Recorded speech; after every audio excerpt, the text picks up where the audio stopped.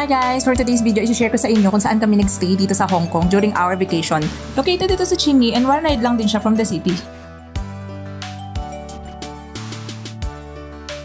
So, nung dumating nga kami dito, ang una namin ginawa is nag-register muna kami dito sa lobby. So, medyo matagal kami kasi medyo madami kami. Your container is correct, okay? Now. And my color say now is only 2 rooms is available for check-in now. And then because we arrange the same for it. And this one is one family package, so that you will see it's one size is bigger and that one is small size, okay? All room will assign on 23 floor, and this one is 2 room first. At nung matapos na nga kami ni Orient sa lobby, ay umakyat na rin kami sa room. So, ang maganda dito, yung mga receptionist nila is marunong mag-English. So, hindi tayo mahihirapan makipag-usap. Unlike sa ibang hotel, karamihan kasi ng locals dito, hindi masyadong marunong mag-English. So, bago ko kayo i-room tour, itutur ko muna kayo dito sa building niya. So, dito sa building, paglabas mo dyan sa pinakababa niya, ayan, may mga convenience store. Yun ang maganda dito kasi kahit na hindi tayo located sa city or one ride pa siya from the city, meron namang mga convenience store dito sa mismong building ng Rambler Hotel. Ayan, may mga 7-Eleven, may mga convenience store, merong mga butika, like meron ding mga kainan, ganon. Maraming mabibilihan dito. So, pwede rin kayong maggala-gala dyan kapag free time nyo. So, ayan, nag-ikot-ikot kami dito at may mga nabili din kami dito na mura. So, depende sa inyo. Meron mga fruits dito na fresh or kung nagugutom kayo while nasa hotel, may mga ice cream, ayan, may mga drinks, parang grocery store kasi siya eh. Ang maganda dito, meron din kasi ditong Cafe de Coral sa baba lang ng Rambler Hotel. So, yun yung sikat na restaurant na mas try din naman, masasarap din yung mga pagkain at hindi din naman siya ganun kamahalan. So, ayan, may mga coffee and yung 7-Eleven dito, if I'm not mistaken, 24 hours yun. Kasi nung minsan, ginabi kami, late na, bukas pa siya. Pero yung ibang mga convenience store dito, sarado na siya pag gabing-gabi na. Parang hanggang 10 PM lang sila.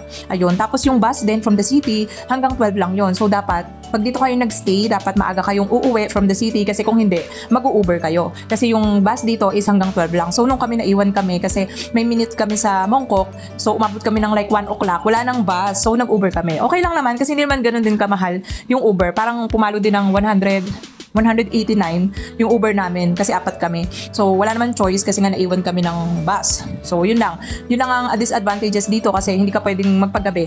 Unlike pag nasa city ka kahit madaling araw, okay lang. So ayan, kung balak nyo bumili ng pasalubong, pwede kayo dito. Maraming mabibili dito. Kung magkakompleto na rin naman dito eh. Parang grocery store talaga siya. Marami ka na rin mabibiling pasalubong. Kaya marami rin pagpipilian. Mostly dito parang mga, yung talagang original from Hong Kong. Meron din ditong mga chocolates na mga imported. And yung mga kilalang brands nandito din. Kasi malaki siya eh. So ayan. May mga binili ako dyan na pasalubong, mga Downy. Kasi may check-in luggage kami that time. So mura lang. Parang nasa $15 something. Malaki na siya. So okay lang din. Pang gamit-gamit or ano. Marami ka rin bibili dyan like water, ayan. Mura lang din yung water nila. So, kung mapapasarap kayo ng shopping dito sa Hong Kong, mas maganda, may nakaready na kayo na i-book na check-in luggage. Kasi pag on the spot kasi ang booking ng check-in luggage, mas mapapamahal kayo. So, better na meron na kayong na-i-book bago pa yung alis nyo para mas makamura. Ayan, dahil kasama ko yung kids ko, mahilig sila sa mga ganyan, mga yogurt, mga drinks, ayan. Masasarap ang mga drinks dito. Maraming pagpipilian and talagang halos lahat naman ng nakain namin dito sa Hong Kong talaga masarap. Even yung noodles nila, hindi siya kagaya ng sa Pilipinas na sobrang alat. Dito talaga masarap yung mga noodles nila. Masarap pati yung mga luto nila, yung mga restaurants nila, super sarap. Babalik-balikan mo talaga. And ayan, mga yogurt, mga sterilized milk, nandyan lahat, orange juice, even Yakult, nandyan din. Yogurt, ayan. Gusto-gusto ng mga kids yan. Bumili din ako dito ng mga fruits like cherries, bumili din ako ng dragon fruits, parang banana, bumili din kami. Parang wala lang, para matikman lang natin kung anong difference ng fruits nila dyan sa fruits natin dito sa Pilipinas. So, masarap din, lalo na yung cherry, kasi yung cherry wala namang ganun dito eh. Yun, mga parang 4 na pack yung binili ko. Mura lang naman din kasi, parang naka per kilo siya. Tapos pwede ka makapili kung ano yung gano'ng kabigat or magkano yung budget, marami siyang pagpipilian. So, magkano nga ba ang rate nila dito sa Rambler Garden Hotel? Ito po ay depende po ha sa date na makukuha nyo. Iba-iba po kasi ang rate nila, depende sa date. So, kapag yung date nyo ay nataon sa Chinese New Year, asahan nyo na medyo mas mataas yan ang mga rate nila pagka mga ganyang season kasi peak season yan sa Hong Kong. So, yan yung karamihan ng tao. So, itong rate na pinakita ko is nakadate siya ng September. So, depende sa inyo, pwede naman kayong pumili kung kailan kayo convenient mag-travel sa inyong part. So, ang kanilang standard twin, good for 2 adults and 1 child, 2,208 per night. Ang standard naman na good for 2 adults lang, walang child, 2,117. So, ayan po ay depende sa date. Again, depende po sa date yan. Kayo po ang pipili. So, nag-iiba-iba po yung rate niya. Depende po sa date na mapipili nyo.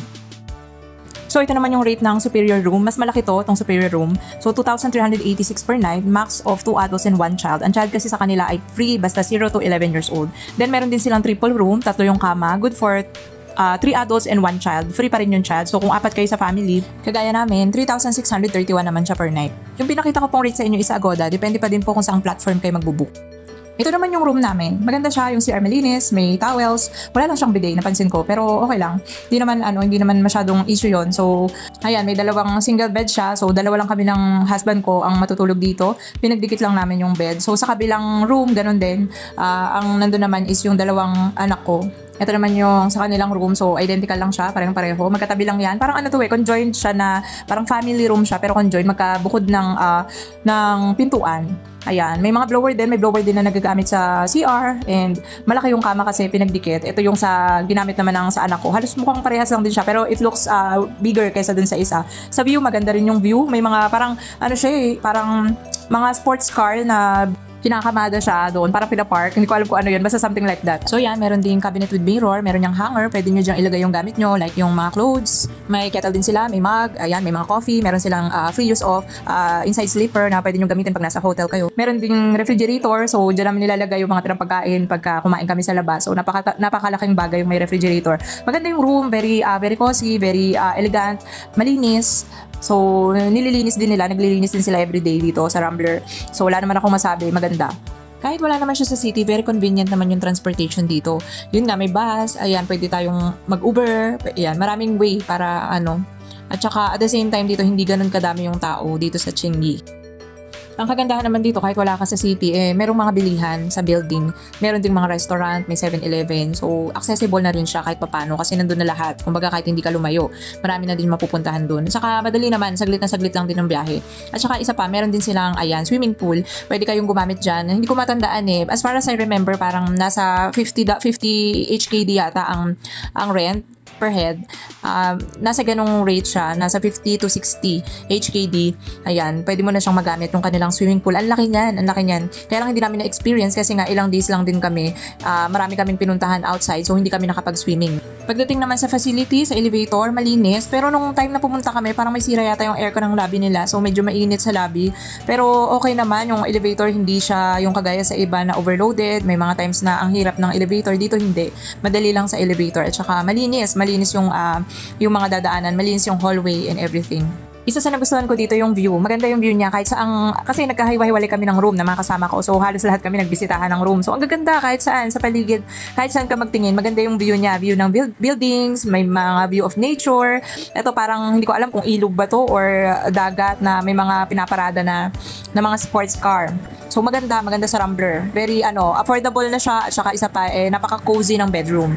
So yun lang guys, thank you for watching and please don't forget to subscribe sa aking YouTube channel and hit the notification bell para lagi kang updated pag meron ako mga i-upload na bagong videos. And also, para sa mga magta-travel sa Hong Kong, enjoy Hong Kong, napakasaya dyan at napakaganda. So enjoy lang po. Thank you for watching again. God bless, have a nice day.